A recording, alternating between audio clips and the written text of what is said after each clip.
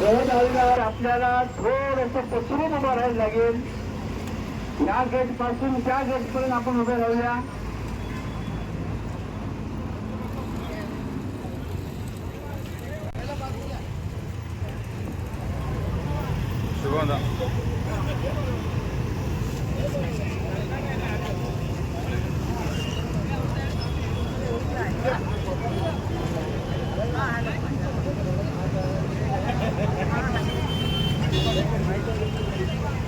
आज आंतरराष्ट्रीय मानवाच्या अराजकतेचा फायदा घेऊन काही धर्मांध लोक हिंदूंची व इतर जनजातीय व्यक्तींची नागरिकांची हत्या करत आहेत. हे आपण आंदोलन करीत आहोत. आंदोलनानंतर आपल्याला विलोकन द्यायचं आहे. त्या आपण स्टेजच्या उजव्या आणि डाव्या बाजूला मोठ्या प्रमाणात जागा उपलब्ध आहे. आपण तिथे उभे राहूया. स्टेजच्या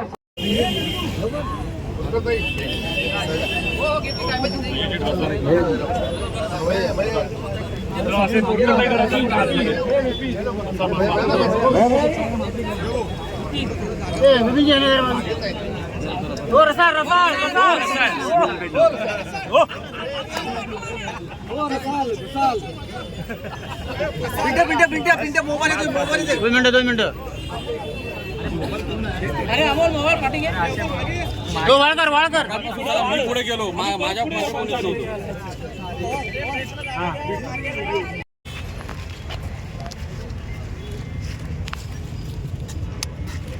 जरा 2 मिनिट.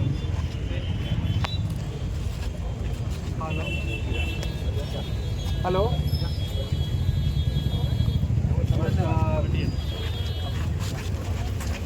मॅडम मागे सगळे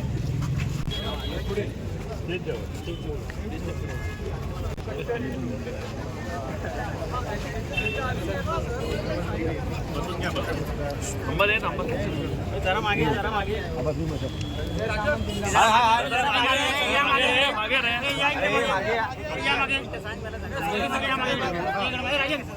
आपण पुढे केली पाहिजे. आणि शेवटी प्रत्येक धर्माच्या माणसाला प्रत्येकाच्या धर्माबद्दल अभिमान असतो. तसा आपल्याला देखील हिंदू म्हणून आपल्या धर्माचा अभिमान आहे. आणि म्हणून एखादी गोष्ट जर पटत नसेल तर लोकशाहीच्या माध्यमातून काही गोष्टी सांगायच्या असतात. परंतु ज्या पद्धतीनं बांगलादेशमध्ये आपल्या भारतातल्या सगळ्याच अल्पसंख्याकांवर जो अत्याचार होतोय तो खरोखरच निषेध करण्यासारखा आहे. आणि या आंदोलनामध्ये अजून एक सप्रे साहेब मला इथे सांगितलं पाहिजे, काल जो कर्नाटकमध्ये एक प्रकार घडला तो देखील निंदनीय आहे. केंद्र सरकारनं सीमा भागातल्या लोकांसाठी काय निर्णय घ्यायचा आहे केंद्र सरकार ठरवेल, सुप्रीम कोर्ट देखील ठरवेल. परंतु काल कर्नाटकच्या काँग्रेस सरकारमधल्या काही मंत्र्यांनी पुन्हा एकदा स्वातंत्र्यवीर सावरकरांचा अपमान केला. त्याचा देखील मी जाहीरपणाने निषेध करतो. कारण स्वातंत्र्यवीर सावरकरांचं आणि रत्नागिरीचं नातं हे अतूट असं आहे.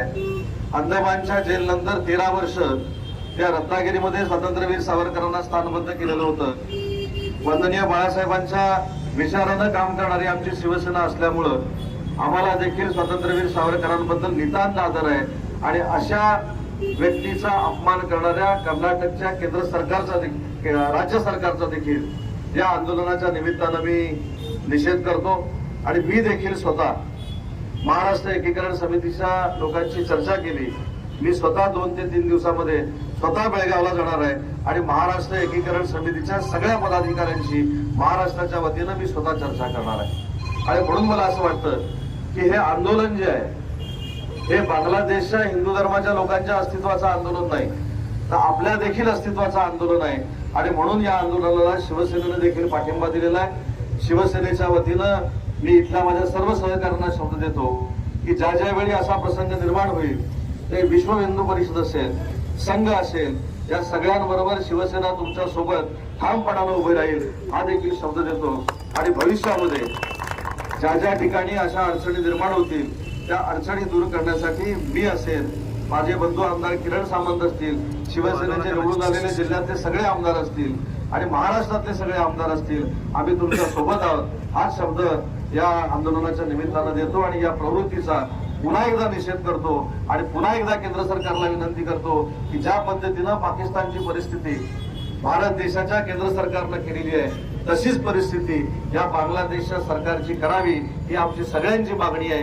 एवढंच सांगतो आणि थांबतो. जय हिंद, जय महाराष्ट्र.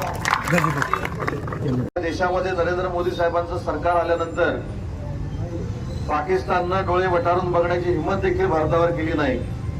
तशाच पद्धतीची परिस्थिती बांगलादेशची करावी ही मागणी या आंदोलनाच्या निमित्तानं आपल्या सगळ्यांच्या मार्फत आपण सगळ्यांनी केंद्र शासनाकडे केली पाहिजे. आणि शेवटी प्रत्येक धर्माच्या माणसाला प्रत्येकाच्या धर्माबद्दल अभिमान असतो. तसा आपल्याला देखील हिंदू म्हणून आपल्या धर्माचा अभिमान आहे. आणि म्हणून एखादी गोष्ट जर पटत नसेल तर लोकशाहीच्या माध्यमातून काही गोष्टी सांगायच्या असतात. परंतु ज्या पद्धतीनं बांगलादेशमध्ये आपल्या भारतातल्या सगळ्याच अल्पसंख्याकांवर जो अत्याचार होतोय तो खरोखरच निषेध करण्यासारखा आहे. आणि या आंदोलनामध्ये अजून एक सप्रे साहेब मला इथे सांगितलं पाहिजे, काल जो कर्नाटकमध्ये एक प्रकार घडला तो देखील निंदनीय आहे. केंद्र सरकारनं सीमा भागातल्या लोकांसाठी काय निर्णय घ्यायचा आहे केंद्र सरकार ठरवेल, सुप्रीम कोर्ट देखील ठरवेल. परंतु काल कर्नाटकच्या काँग्रेस सरकारमधल्या काही मंत्र्यांनी पुन्हा एकदा स्वातंत्र्यवीर सावरकरांचा अपमान केला. त्याचा देखील मी जाहीरपणानं निषेध करतो. कारण स्वातंत्र्यवीर सावरकरांचं आणि रत्नागिरीचं नातं हे अतूट असं आहे. अंदमानच्या जेल नंतर 13 वर्ष त्या रत्नागिरीमध्ये स्वातंत्र्यवीर सावरकरांना स्थानबद्ध केलेलं होतं. वंदनीय बाळासाहेबांच्या विचारानं काम करणारी आमची शिवसेना असल्यामुळं आम्हाला देखील स्वातंत्र्यवीर सावरकरांबद्दल नितांत आदर आहे. आणि अशा व्यक्तीचा अपमान करणाऱ्या कर्नाटकच्या केंद्र सरकारचा राज्य सरकारचा देखील या आंदोलनाच्या निमित्तानं मी निषेध करतो. आणि मी देखील स्वतः महाराष्ट्र एकीकरण समितीच्या लोकांची चर्चा केली. मी स्वतः 2 ते 3 दिवसामध्ये स्वतः बेळगावला जाणार आहे आणि महाराष्ट्र एकीकरण समितीच्या सगळ्या पदाधिकाऱ्यांशी महाराष्ट्राच्या वतीनं मी स्वतः चर्चा करणार आहे. आणि म्हणून मला असं वाटतं की हे आंदोलन जे आहे हे बांगलादेशच्या हिंदू धर्माच्या लोकांच्या अस्तित्वाचं आंदोलन नाही तर आपल्या देखील अस्तित्वाचं आंदोलन आहे. आणि म्हणून या आंदोलनाला शिवसेनेने देखील पाठिंबा दिलेला आहे. शिवसेनेच्या वतीनं मी इथल्या माझ्या सर्व सहकाऱ्यांना शब्द देतो की ज्या ज्या वेळी असा प्रसंग निर्माण होईल ते विश्व हिंदू परिषद असेल, संघ असेल, या सगळ्यांबरोबर शिवसेना तुमच्या सोबत ठामपणानं उभी राहील हा देखील शब्द देतो.